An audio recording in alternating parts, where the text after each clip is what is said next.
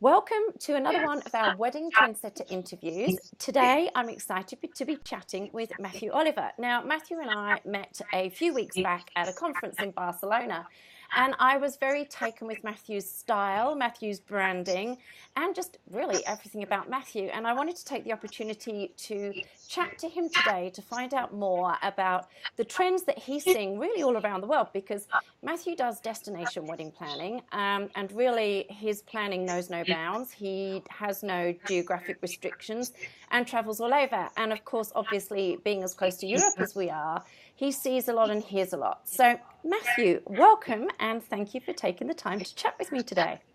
Hello, thank you so much. It's an honour to be part of this. Well, I'm excited to be here and to be talking with you. So I thought if you could just for our viewers, tell us a little bit more about the types of weddings that you plan and the types of regions that you've been going to over the past 6 months to a year. Of course. So I've been planning weddings for like 10 years now. So I started my career in Cyprus, in Greece, 10 years ago. Came back to the UK and set up Matthew Oliver. And from that, obviously, having the experience of doing like Greece and Cyprus weddings, I thought, you know what, I'm going to go out there and go anywhere and everywhere, which is obviously what we do.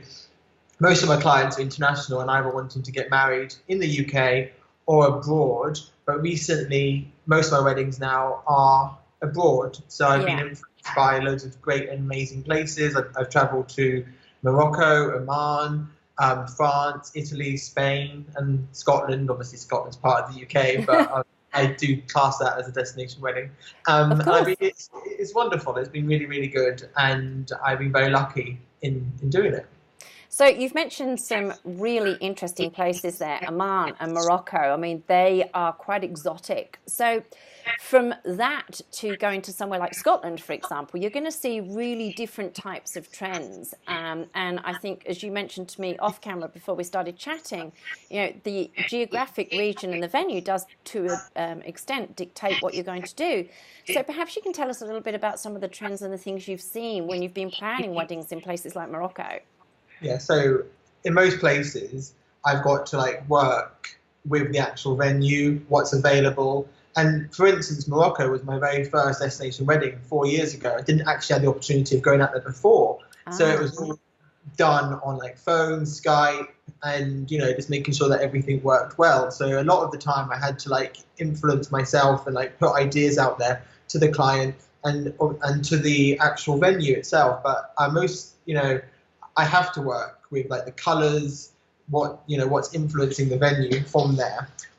Morocco was a really nice actual sort of colourful wedding in a riad, which obviously works fantastically. But each of my weddings are completely different from the other. They are, got my sort of tone and my influence from it. Yeah, but if you look at the portfolio, they're all completely different. Scotland was more cold, but in a good way, because it was in a really old sort of rustic hall, which looked quite like Harry Potter. But the bride really wanted an Alice in Wonderland theme, but we did it really, really classy.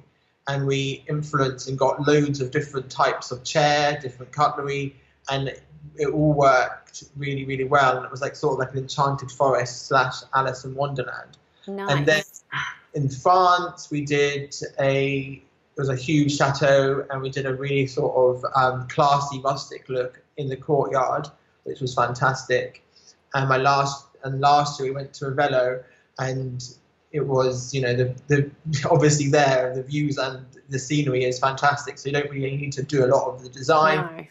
You use loads of foliage and lemons and rustic tables and stuff. So you can see each place is completely different. But if you're traveling to anywhere, you've got to remember, even if it's in the UK or somewhere you always go, you've got to always work with the look and the feel of the venue, the colour, the stone, the paper, the picture frames, the flooring, the carpet, everything, because you don't want to clash with that. And that's how I always start with the trend of that particular wedding. Obviously, there is trends that I look at online. Of course. And influenced by other planners, by other wedding vendors, or what people are doing on social media, etc. But a lot of my influences come from home design, um, because I think that's a really on point trend. Like the office that I'm in right now is all based on that. And like when I look at weddings and do new mood boards, design boards, I always get influence from the actual like current home trends on that particular design. And where do you go to look for home trends? What's some of your places of inspiration? Just like all the amazing sort of, I don't know, it's quite a difficult question. I like Of course. Pinterest is great, but I don't actually go to one place all the time. It all depends on that actual specific design. Like I know it sounds awful, but IKEA sometimes has some really good, like the actual, what they do in the real life sort of elements of it. Lewis, a Cuckoo, I don't know if you've heard of them, they're a great company. Magazines as well, you know, it all. So you really make sure that where you go to really reflects the place and the style of the venue and the country that you're going to be designing in, essentially, is what you're saying. So you can't have just one go-to place because you've got to make sure that you do your research. Totally, absolutely. And it's also about working with that area. Like I always want to work with the local people as much as I can. Even in the UK, I do have my preferred suppliers, which I absolutely adore and I love. But obviously, when it's in a destination wedding, you've got to obviously work and see what working with the community is. Even if it is like going out to like local restaurants or putting together plans for that. I always feel working with the community, like favors and like welcome boxes, I always definitely tend to like influence on the local flavors, the local stuff there. Well, it gives it that local flavour, doesn't it? Which is ultimately why the client's going to that destination in the first place, isn't it? So you have to allow for some of that to infiltrate into the wedding itself. But when you're given, for example, a country or a destination that you've never been to, how do you approach that? Yeah, that's a good question. It's difficult because the client comes to me, they know that we're international planners, they ask if I want to get, do a wedding in Croatia, for instance. That was something we had recently, and or Maldives. So those two places were, wow, this is what we really want to do. So when we did the proposal, when we spoke to them, we did a lot of research behind it before actually going on to the call and creating something. And it's not difficult, being in a different country, going somewhere new for us, because there's always the same foundations. There's always going to be a ceremony. There's always going to be like a drinks reception. There's always going to be a dance and dinner and, maybe even a rehearsal the night before. And, I think wherever you go and whoever you are, whatever, if you're a planner or a supplier, you can do it anywhere because you know the sort of boundaries. And it's just reaching out and just going somewhere new, and like working with the local community. And what I always do is obviously look for venues, do a huge research on venues, pitch to the client. When they found the ones they like, and I start a relationship with each of the venues, I then have a really good relationship and start talking to them more about what can be done. And that's what you need. You need someone over there that you can trust, like a venue or other suppliers. But I've had difficulty in the past. Like a lot of the weddings that I've done abroad, or even next year abroad, some of them are difficult, but you've just got to try and go out there. That is a really big recommend. That's a big thing you should do, regardless. Do your clients pay for you to do that? Yeah. I always put it part of the service and dig and like make sure they do it, because for instance, in Morocco one, yes, it was an absolutely beautiful wedding. I didn't get over there before, and it didn't affect me at all on the actual wedding day. But then I thought, actually, it would have been a lot better if I did go out there beforehand. But it all depends on the client and what they're for them. So you've got to work with them as well. But I absolutely love destination weddings because you're doing something new, you're going somewhere new, you're traveling, and it's such a joy. And being part of that somewhere it's wonderful. Absolutely. Well, you obviously enjoy the travel side of things. You've obviously got the travel bug, but are there any destinations that are standing out at the moment as the must-have destinations from what you're seeing and the inquiries that you're getting? Because there's always those countries, aren't there, that have been popular no matter what. Like, the Caribbean or the Caribbean, as our American counterparts would call it, is always going to be popular for beach weddings. But then we've seen some emerging trends from places like Iceland, and sort of a little bit countries that are a little bit more off the beaten track. And in some cases, especially with those more celebrity style weddings, they're looking for somewhere that no one else has been. They're looking for somewhere that their friends haven't already got married in or haven't visited yet. But what are you seeing out there at the moment? Obviously, in terms of destination weddings, for me, Italy is, outstanding. It's always going to be at the top at the moment. I think that's number one. Why? France, What is it about Italy?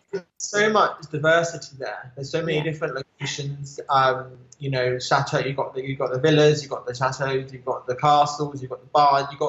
And there's actually so much options over there, more so than the UK if you look at it in terms of venue.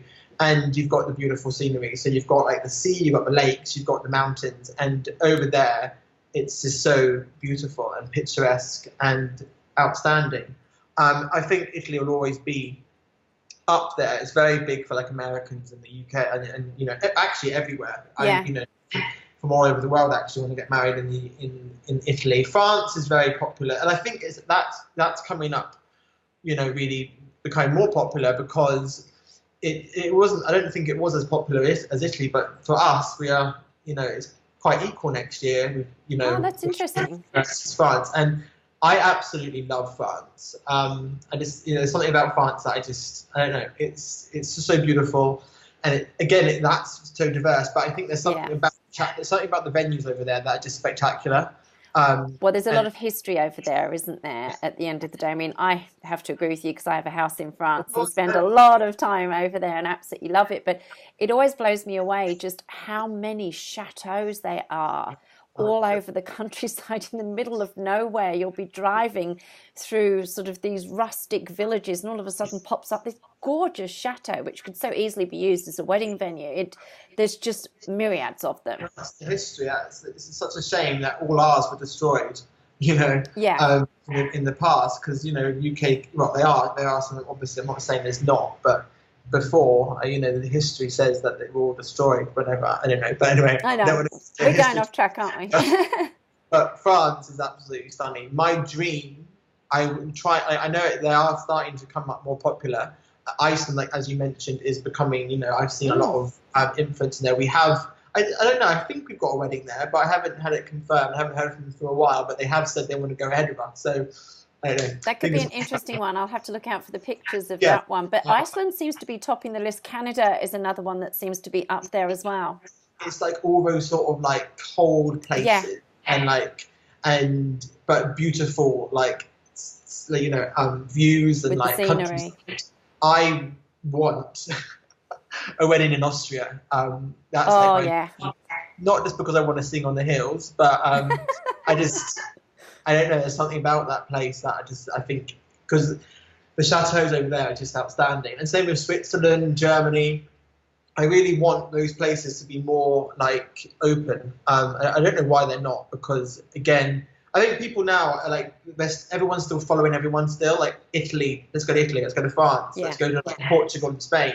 But then I think until it's actually been done, officially, loads of people doing it, they're not going to. But I think people shouldn't be scared. I think if you like because there's so many different styles out there, as we've discussed.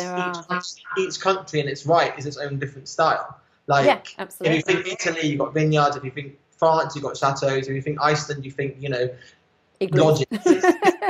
Exactly. So there's somewhere for everyone. And I think eventually, in the next few years, every place in the world is going to be big as it should be because of what they're offering. And I think for weddings, the people in those places have to open them up as well.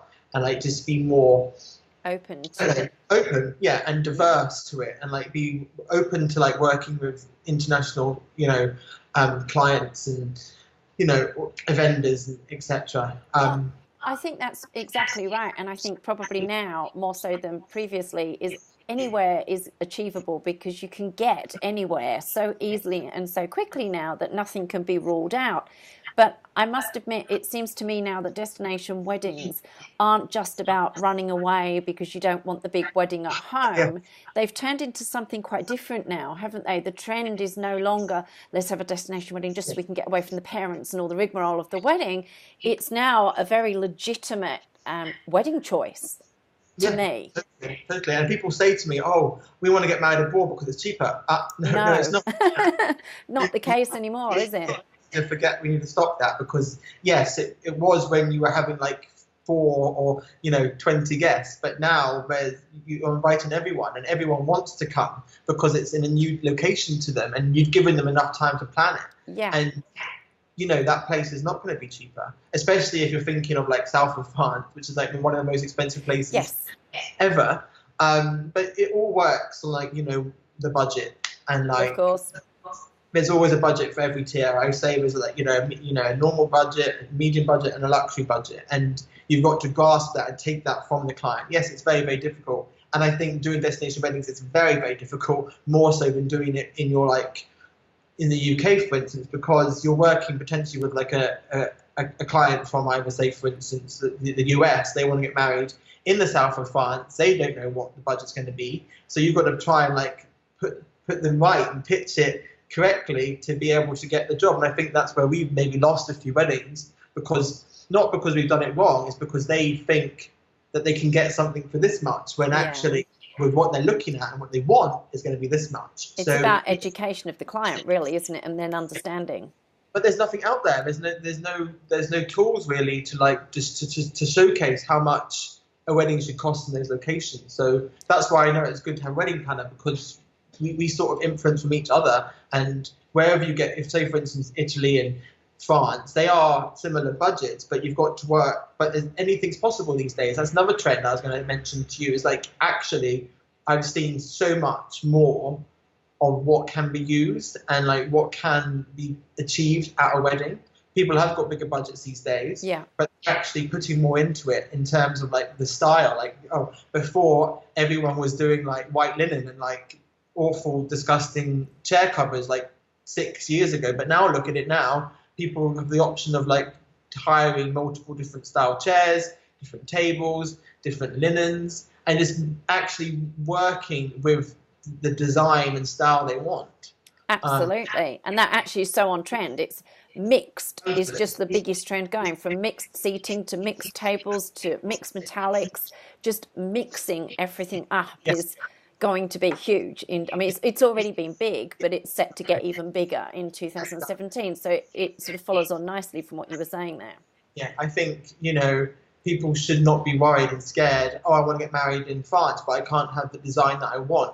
Yes, you need to look at the venue, like I said before, but don't be afraid. There's so many great options, companies and places you can hire this equipment from. But just remember, please, everyone that's listening to this, don't have white chair covers. Please, you don't need them anymore. Even if that venue gives them for free, don't take them. Have nice chairs. You don't need chair covers at the end of the day. So just to sort of find out a little bit more about what's happening within destination weddings at the moment. Obviously, you mentioned when we were talking about how destination weddings themselves have changed, that the number of guests has changed. So what has it changed to? What's the average number of guests that you're seeing now, as opposed to that sort of 10 people on a beach scenario? Where are we at now? So when I was doing my Greece weddings, the average was 30. And then ever since coming back to Matthew Oliver and setting up here, and then obviously starting to do destination weddings, I'm seeing more about average to 70, 80. Wow. But I've had like 100, 200. I've got a French wedding next year that's actually 200, and a Greece wedding that's 300. And the guests are flying in? Yeah. One's from Saudi Arabia, the French one, and the other one's from the Cairo, Egyptian. They're Cairo, they're Egyptian. So there's, I think with the Middle Eastern clients, definitely there's an increase in. That's always the case. But even the US, I had a wedding in Angers this year, and that guest numbers were 90. And then I've got an Italy wedding next year, or 2 Italy weddings next year. Both of them are over 100. One of them's only 50, but still, that's so the average is about. I was going to say that's still a large number when you're considering that it's away from the home country of the couple, which means the guests have got to fly in. And what's the tradition now with regards to guests? Do any of them get their flights paid for? What's the responsibility these days of the bride and groom for a destination wedding? It depends. I think it depends on them as a client and their total budget. Some of the ones that I mentioned are paying for pretty much everyone to go over there and paying their accommodation. However, some of the other ones are maybe putting up their main people, their family and like their bridesmaids, groomsmen, etc. But it's still, I think, pretty. If those guests want to go to that wedding, they are responsible for paying their flight and accommodation.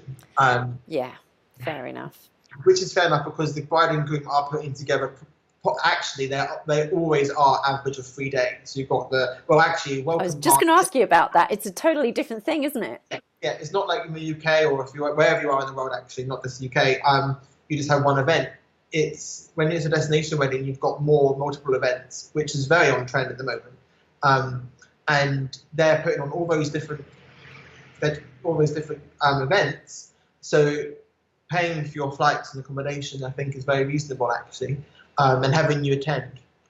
Yeah, which makes sense. I mean, as you say, it's a minimum of 3 events, isn't it? You know, you've got the pre-wedding, you've got the wedding, and you've got the after wedding party, so to speak.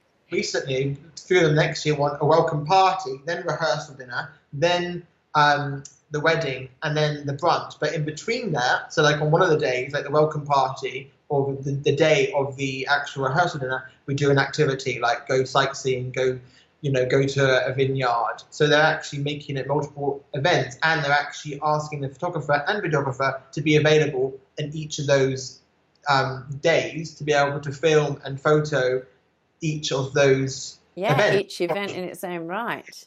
And they're all completely different style. So like next year we've got one in Italy. It's like one day is very like rustic and like eclectic, sort of like Italian china on wooden tables. Then the next day is like more like classy with lovely like linen and like over top lighting and stuff. So it's all. That works well though, doesn't it? Because it gives the bride and groom a chance to explore different styles. So if they are a little bit hesitant as to which type of style or feel or look that they want, it gives them that perfect opportunity to have different ones. Yeah, and also it relaxes them more. Because if they go straight into the actual wedding day, I feel they're more nervous and stressed. But if they've done other events beforehand, they've had that opportunity to like release their sort of stress and their anxiety, and then they're more relaxed on the actual wedding day, because the wedding day can potentially be 2 days after. And that is the best. I think that's great, because you want that. You want them chilled out. Yeah, because you are bringing multiple people together from like your life, and obviously they're going to love each other. That's and they're there for you. But you worry about that. I haven't been married before, but I know what I see in my clients and how worried they get. Even if they've got a wedding planner, they're always still going to be worried about like the little bits and like putting it all together, and the stress that they've had to plan a wedding in a destination, because that's another thing. They're planning a wedding that they never actually, maybe not even gone to that location. Maybe I've gone to that location, or they've been lucky to all of us go together, but it's never always. Is that often the case? Have the clients not always gone to the chosen venue or location prior to the wedding? Pretty much all of them. Like all the ones that I do now. It's quite a gamble, isn't it? Yeah, so I do a huge report, take pictures, and build relationships with people that I've spoken to, because a lot of my clients are either from the US or from the Middle East, so it's actually easier for me to go, because it's Italy, France, for instance, or Scotland. So they haven't really, so it's very interesting actually, because I'm, it's down to me.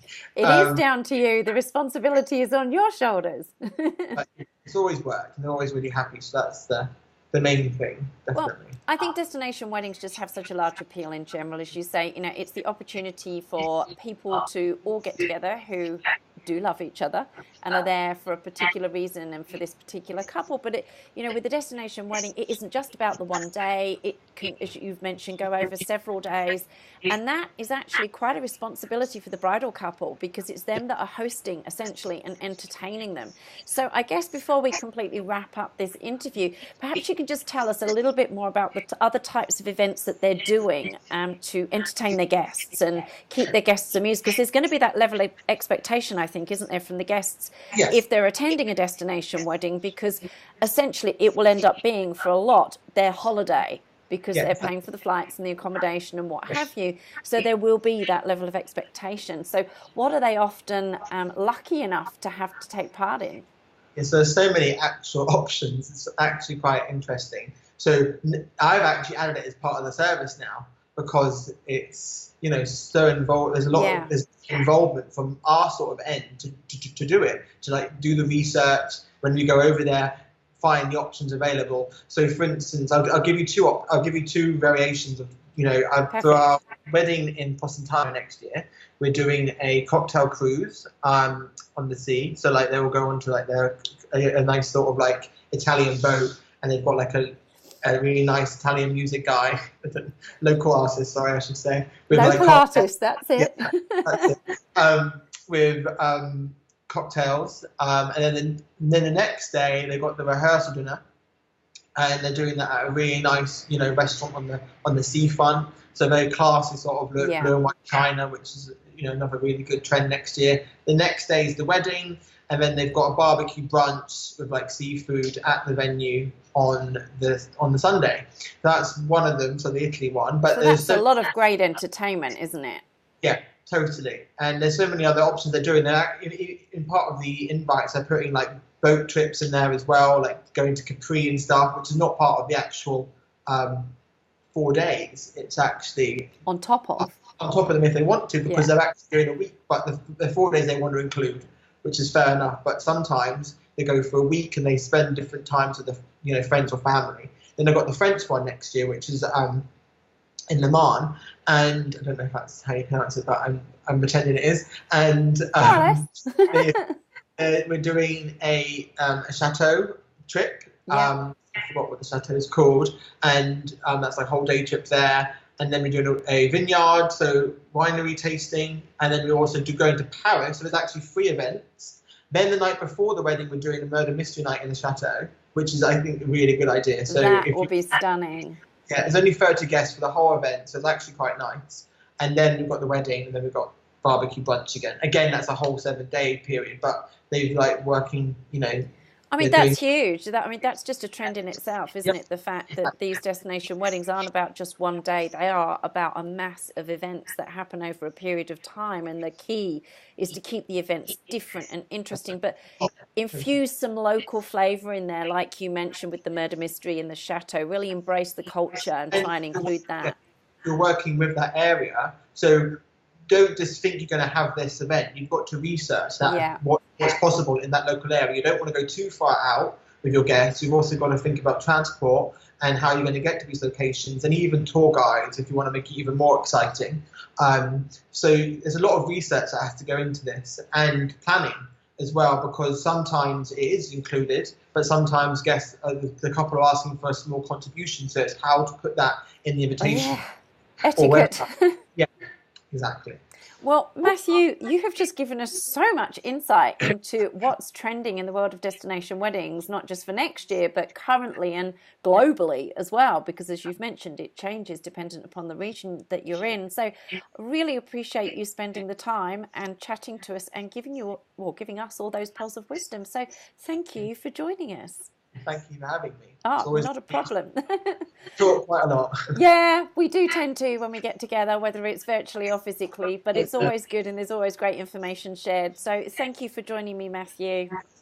Thank you very much. Now, don't forget, if you didn't get to see the pre-launch of the Wedding Trend Report that we did on Friday, you can catch that on our YouTube channel, along with all of these Wedding Trendsetter interviews as well. So head along to the channel, go to YouTube, simply type in Wedding Planning Academy, and we will pop up. It's been lovely having you watch, and we hope to see you again soon.